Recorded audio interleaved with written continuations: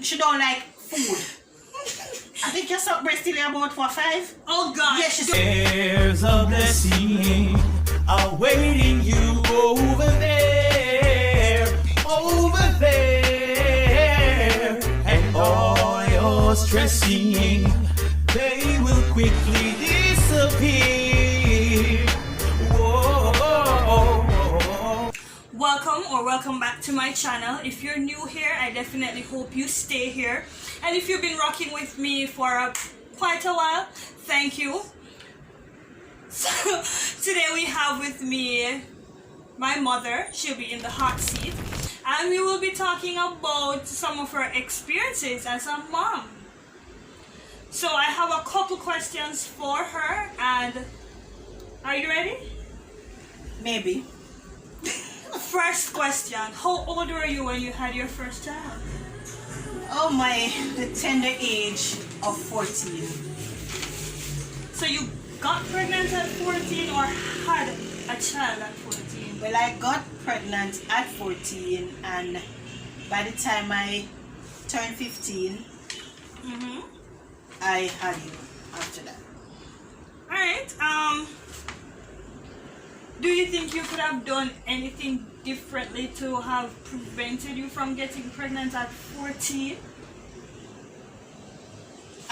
Not, yeah. But those days, the idea of sex was not a popular topic. So persons never used to talk about sex, and then I used to talk about prevention of sex. But you didn't even know what sex was? I don't know. I don't think I thought about sex. But if I could, what I could have done was to, when I was feeling these normal teenage energies, I could have talked to somebody about it, and the person could probably tell me what to do instead of getting involved in sexual activities. So maybe that's the only thing I could have done differently. Alright, so when you got pregnant, what was the reaction of your parents and friends? Well, my mother, she just told me she's not taking this on. Basically my father was disappointed, and let's just say I believe that only my father and my grandmother really forgive me. I believe that the others were just ashamed of me. Imagine that. I can't imagine that, and I hope nobody else in my family would have to experience that. Oh, my friends. Alright, my friends at church and my friends at school. You mean to tell me you were going to church when you got Yes, I grew up in the church. Because I was feeling so ashamed, I don't know how they reacted, but I make sure I avoid them. I didn't want to be in their presence. Oh, so you didn't give it a chance to see how they would react? I can't say how they reacted to mine. Alright, well, I got pregnant at 22, and it was a real struggle. What are some of the struggles you face getting pregnant and raising a child at that age? Okay, as I said before, the shame of it all, and the disappointment in myself, and believing that I disappointed persons. And there was also financial difficulties, because my parents weren't well off. And you were working? Yes, I was going to school. Okay. And there was also the issue of low self-esteem. So that was really a struggle. You said at a young age, obviously you were in high school, right? You weren't working, and your parents weren't rich, right? So apart from the finances, right? What becoming pregnant at such a young age, did it cause you any hindrances to attain any goals or anything like that? Okay, I could not say that I had goals per se. I had desires and thought about doing some things like writing and dancing and acting and singing and all those things, but I didn't have something like, I'll say, when I'm such and such an age. Of course, going to high school, everybody talk about leaving and going to college and getting a big job. Of course, I wanted those things, but I didn't have goals set. And of course, getting pregnant at the age of 14, it derailed all of those desires. Alright, so from my thumbnail, there's a picture where I was at your high school graduation. Yes. Talk to me a little about your journey in finishing high school. Okay, I went to, somebody introduced me to the Women's Center, and the center caters to teenage mothers, pregnant mothers. Jamaica, right? And what they do is allow you to continue your education and then place you in another school, different from the one that you are coming from. And I did just that, and the problem started when persons found out that I had a baby.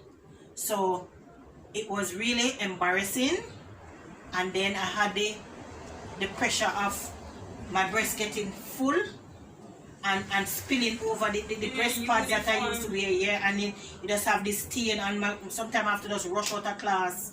I don't even ask the teacher for permission. I just rush right out of class and go in the bathroom, and then I spend the time in there. Is it dry? Bawling, wiping, drying, bawling some more, praying and fanning. I'm sorry I did that to you. Fanning my breast with my hand for it to dry so I can go back into class. So, if you could do things differently, would there be anything you would change? In terms of what? In terms of how you completed school, how anything. Is there anything at all you would change?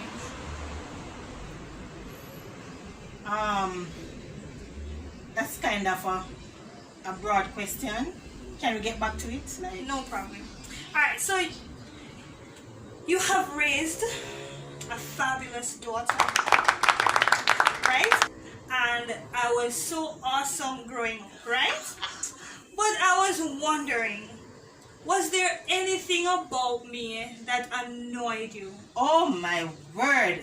Don't say it like that. People, she had this, somebody found out that they could pretend that Wait, do I want to hear? Somebody found out that they could pretend that they can take away her body parts and she would ball down the place. That's the story you're telling? Yes, that was so annoying. I didn't want to go anywhere with her. Let me take off her nose. I'm warm nose. And all of a sudden, feel your face. Your nose is on your face.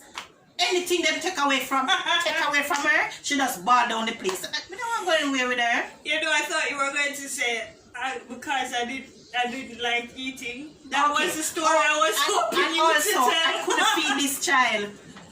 She don't like food. I think you sucked breast till you're about 4 or 5. Oh God! Yes, she don't sucked breast till she was very. Do not tell me. Walk and talk, child. Still on my breast. She don't want any food to eat. That was also annoying. One more thing. You ever drop me as a baby? Because I swear me. I'm almost sure you hit my head on something, because that would explain a lot. I would say I can't remember ever dropping you. I know you drop off of the bed But one it's or not two you. times, but But you it's not not drop me. from me. But Okay. there was also this incident. I was still partying, just have young baby, and still going out on parties. And one night I snuck out of the house and go to this party. When I come back, I didn't see you on the bed. So I was, yes, no. Mother wake up, you must see a ball. Mother wake up and take you up. I should know. But then, yes. But then me hear one little shuffling. So when we look under the bed, who underneath the bed, fast asleep, in between the board. No. So now, we can't take you up because or you drop or you lodge. We can't take you up without wake up people. So I have to wake up my sister and help her lift up the bed she lift up the bed and me take you out, and then now you start holler. Me shame And for you. then now that time my parents wake up and know say we just a come in from party. Me shame for Say you. you know say that never turn out. So that means saying you ever lose me? As in like I got lost at a supermarket or something? No, as me say, me never used to go places with you. Me did shame for one. Me don't want nobody see me. Come little. I never want anybody see me with the baby.